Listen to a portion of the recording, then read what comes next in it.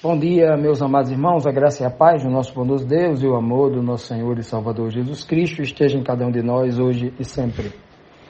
Vamos ao nosso estudo da lição, a lição desta semana que fala sobre o encontro, a segunda parte do encontro de Jesus com Nicodemos, falando quando Jesus afirma para ele que vai falar para ele, e se eu falar das coisas celestiais? Portanto, o tema da lição desta semana é falando das coisas celestiais. Cristo vai aprofundar a conversa com Nicodemos, trazendo para ele informações, revelações do reino de Deus. Hoje, segunda-feira, como sempre, nós temos duas perguntas, e a primeira pergunta de hoje, que é a terceira da lição, diz assim: como insistiu Jesus em tentar explicar ao líder religioso Nicodemos de onde ele tinha vindo e com qual objetivo, com que objetivo ele veio, à terra? João 3,17 diz assim: pois Deus enviou o seu Filho ao mundo não para condenar o mundo, mas para que este fosse salvo, o mundo, foste salvo por ele. Então, no verso anterior, Cristo vai dizer que Deus amou o mundo de tal maneira que deu o seu Filho unigênito para que todo aquele que crer nele, não pereça, mas receba a vida eterna. E agora, no verso 17, dando continuidade, no mesmo contexto, ele explica não só porque Deus permitiu, que o Filho viesse morrer em nosso lugar. Mas agora ele explica o porquê Deus deu, o porquê Cristo se deu, o porquê Cristo veio. Porque Jesus não veio forçado a este mundo para morrer em nosso lugar, E Deus, o Deus do livre-arbítrio, o Deus que criou o homem à sua imagem e semelhança, dando ao homem a capacidade de pensar e agir por si só, Ele jamais iria tirar isso do seu filho, jamais Deus ia enviar o seu filho para morrer ao mundo contra a vontade do filho, dando uma ordem imperativa, dando uma ordem abusiva, uma ordem ditatorial. Deus jamais faria isso, Deus não faz nem conosco, homens pecadores, que se distanciou muito da sua imagem, da sua semelhança, devido a deterioração que o pecado causou em nós. Pois bem, então ele vai dizer: Nicodemos, sabe por que Deus deu o seu Filho unigênito? Deus enviou o seu Filho ao mundo. Ele não veio aqui para condenar o mundo, E aqui nós temos uma certa fala aqui implícita, uma certa crítica, Porque Cristo está sempre criticando, Cristo está sempre puxando a orelha, sempre sendo muito duro contra o sistema religioso, contra o sistema religioso que dominava sobre os pobres, Que não pregava a igualdade, o princípio da isonomia, o amor entre irmãos. Mas depois que eles se adaptaram nos seus cargos, entendiam que um sumo sacerdote, o título, eles amam o título, O sumo sacerdote, ele manda no sacerdote. E que o sacerdote é superior ao escriba, porque o conhecimento, quem tem um sacerdote, e o escriba só escreve aquilo que o sacerdote o inspirou a escrever. E que o doutor da lei é um aluno do sacerdote, que já aprendeu com o sacerdote, e obviamente também muitos doutores da lei eram os próprios sacerdotes. E então, Cristo vai cutucar aí sempre com muita, de forma indireta, às vezes suave, às vezes muito duro, conforme o momento pedia. E então ele diz aí, não para condenar o mundo, ele não veio para condenar, em outras palavras, como vocês vivem para condenar. O Sinédrio perde muito tempo buscando, sempre como uma justiça para condenar, buscando o culpado, quem está errado. Ora, o Sinédrio, os líderes religiosos não deveriam se preocupar, na maioria do seu tempo, pelo menos, em procurar salvar as pessoas, levar o conhecimento de Deus, para que elas encontrem o caminho da salvação? e o Senhor opere essa salvação na vida deles? Essa foi a grande missão de Jesus Cristo. Ele diz aqui, eu não vim condenar o mundo, eu vim aqui para salvar o mundo. Deus vai salvar o mundo por intermédio do seu Filho. Deus, o grande Salvador, vai salvar o mundo por intermédio do seu Filho, que também é o nosso Senhor e Salvador, né? Ele não veio condenar o mundo, a missão dele aqui foi salvar, né? Então, aqui nós tiramos uma série de orientações bíblicas, quando nós paramos para refletir nisso, né? E aí cabe aqui também, e é de suma importância, que cada um se coloque na cena, no lugar, né, daquele que estava ouvindo essas palavras de Cristo. Entenda que essas palavras de Cristo é para mim, essa palavra de Cristo é para você, é para cada um de nós individual. Aquele que ouve, diga assim, essa palavra é para mim. Como é que eu estou lidando com o mundo? Eu estou condenando o mundo, ou eu estou para salvar o mundo? Ou seja, cooperando, não que eu seja salvador, não que você seja algum salvador, não é isso. Mas cooperando com Cristo para a salvação do mundo. Cooperando com Deus para que Deus conclua a salvação na vida de cada um. Então nós podemos ser cooperadores, né? Como diz o apóstolo Paulo, Deus nos chamou para, juntamente com Ele e com Cristo, participarmos do ministério da reconciliação. Nós precisamos participar disso, né? Desse plano maravilhoso. E por último, Cristo diz, Ele não veio para condenar o mundo, mas para que este mundo fosse salvo por meio dele, né? Na verdade, todas as coisas são feitas pelo Pai. Todas as coisas são feitas pelo Pai, sempre por intermédio de Cristo. Tudo chega a nós por intermédio de Cristo. Jesus Cristo é como uma ponte maravilhosa sobre o abismo, né, que o pecado causou. De um lado está a pessoa de Deus, um Pai amoroso, né, que nos quer devolver aquilo que o diabo nos tirou. E do outro lado estamos nós, a raça humana, os seres humanos do outro lado, completamente carentes desta salvação. Então nós não podemos chegar a Deus se não for através de Cristo, através desta ponte sobre o abismo. E Deus também não pode nos tocar se não for através desta ponte. Então essa ponte, eu digo sempre que é uma ponte de mão dupla, né? A gente chega até Deus através de Cristo e Cristo chega até nós, e Deus chega até nós através de Cristo, né? E essa é a maravilha. Aí você questiona, mas Deus não pode tudo? Por que Deus não chega até nós sem depender de Cristo? Deus pode tudo, mas isso Deus não pode chegar até nós. Por quê? É porque Deus não tem o poder? Tem o poder até demais. A questão não é essa. É que se Deus vier a nós diretamente, Ele vai nos fulminar.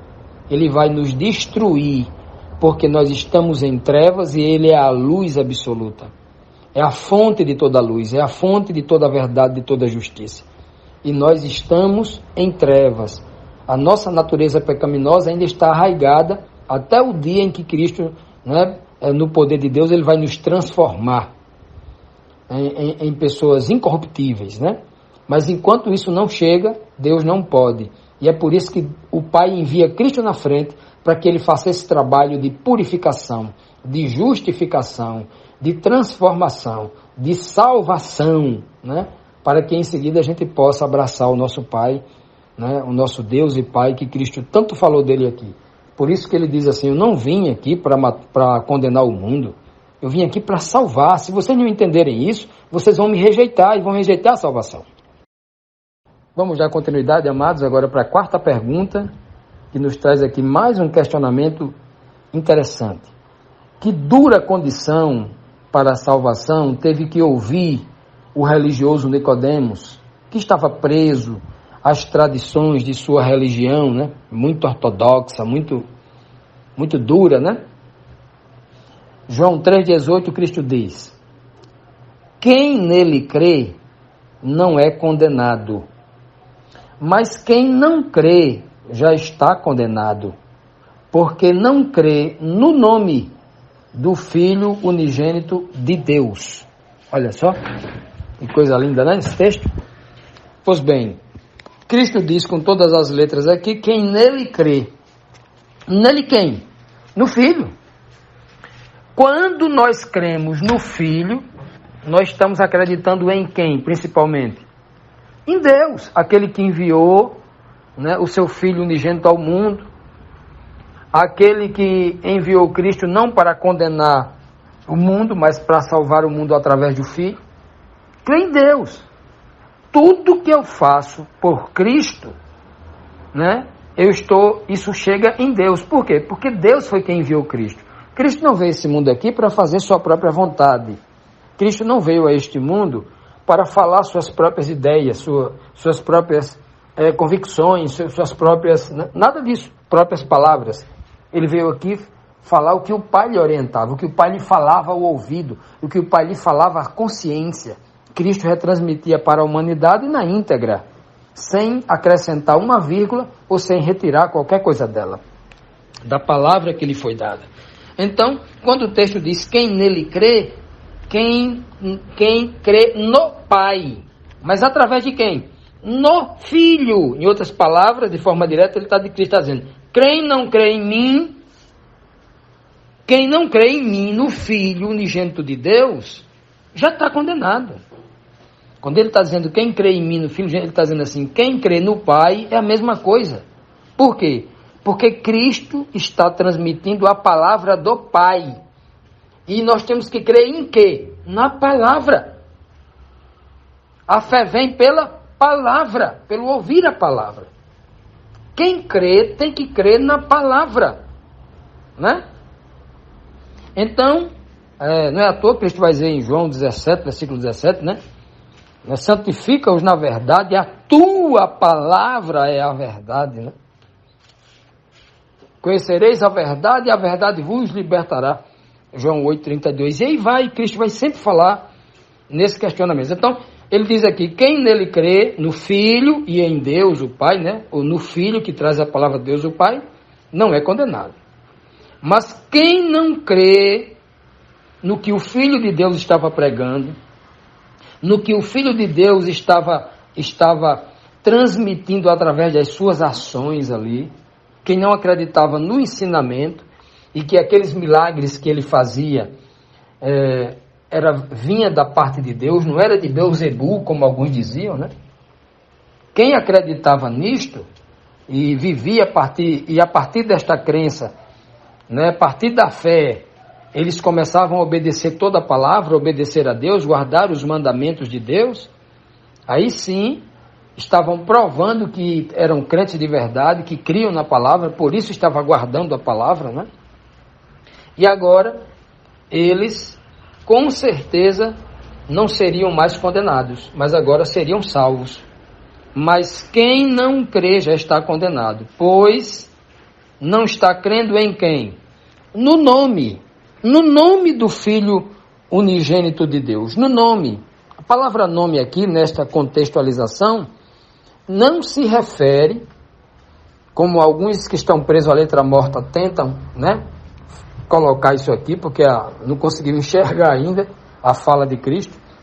No nome quer dizer na obra, porque um nome ele é construído, o contexto aqui é uma reputação, né? Não crê na obra em que o Filho de Deus veio fazer na terra. Todo o contexto está falando de obra. O contexto aqui não está falando de nada de palavra morta, todo o contexto aqui, quando ele fala no nome do Filho unigênito de Deus, ele está falando daquilo que ele veio fazer, daquilo que ele estava fazendo, daquilo que ele ainda ia concluir, né, até a cruz do Calvário, até a ressurreição, até o batismo lá no Pentecoste, e continuaria trabalhando com a igreja, né, como sendo o cabeça da igreja.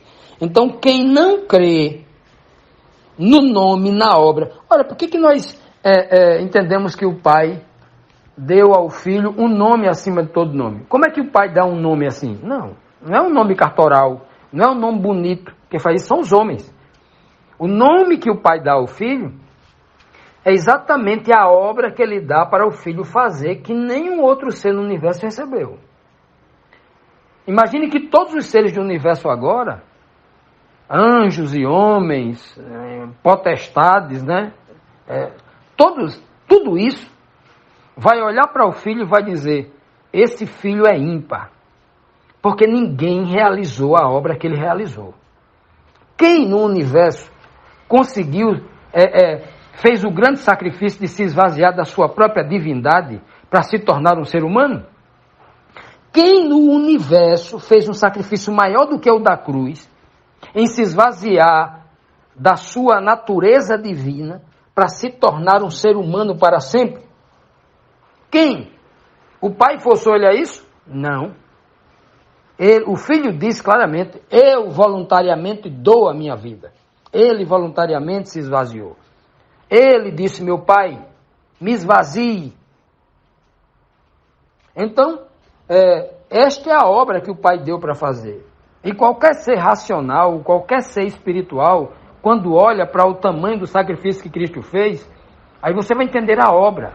Então, a obra de Cristo, ela constitui o seu nome, porque um nome ele é construído mediante aquilo que eu faço. Na sua rua, em que você mora, pode haver um grande profissional, um marceneiro, por exemplo. Vamos pegar um exemplo bem rasteiro aqui, bem simples. Ele vai dizer assim, olha, nesta rua aqui tem um marceneiro que ele faz portas, mesas, armários, móveis. Como ninguém, ele tem um talento incrível, são perfeitos os detalhes, tal. E aí, esta fama desse rapaz vai se espalhar por todo o bairro, por toda a cidade, né? E hoje, usando a internet, o mundo inteiro vai encomendar as peças dele. Vai ficar famoso. E então ele criou uma reputação, porque ele é primoroso, ele faz uma obra diferente, ninguém faz mesa como ele. Assim foi Cristo. Assim não, né? Muito superior a isso. Como eu falei, deu um exemplo muito rasteiro. Muito rasteiro. Não se compara à obra que Cristo fez. Ora, imagine que os anjos voluntariamente, ao ver Cristo no céu, né, sem o Pai mandar, o livro de Hebreus diz que o Pai manda em determinado momento. Mas, no capítulo 5 de Apocalipse, um ancião é que chega para dizer, olha João, tá vendo aqui? E aí, os seres viventes, os anciãos, ou seja, os anjos do céu e os anciãos, disseram assim, digno é o Cordeiro de pegar esse livro que está na mão do Pai. Por quê? Aí diz por quê. Olha, vai dizer o que ele fez. Ó. Olha a reputação, olha o nome. Digno é o Cordeiro. Por quê? Porque ele fez. Ele comprou gente de todas as nações que estavam perdidas para seu Deus e seu Pai. E agora, o que vai acontecer com essas pessoas? Ele vai tornar essas pessoas em reis e sacerdotes, só o poder da obra que ele fez. É por isso que o Pai lhe deu o nome, dando-se essa obra a ele, para ele fazer, que é acima de todo nome. Jamais vai ter um anjo no céu, um querubim, quem quer que seja, que vai ter uma outra obra dessa para fazer, para salvar a humanidade. A humanidade nunca mais vai cair. Não tem um segundo nome que se compare a Cristo nunca mais na eternidade. Isso não é lindo? Isso não é poderoso? Isso não revela muito sobre o amor de Deus, sobre o amor de Cristo? Pois é, meus amados, meditemos nisso. Porque nós precisamos crer no nome desse Filho poderoso. Porque crendo nisso, estaremos crendo em Deus também que lhe enviou.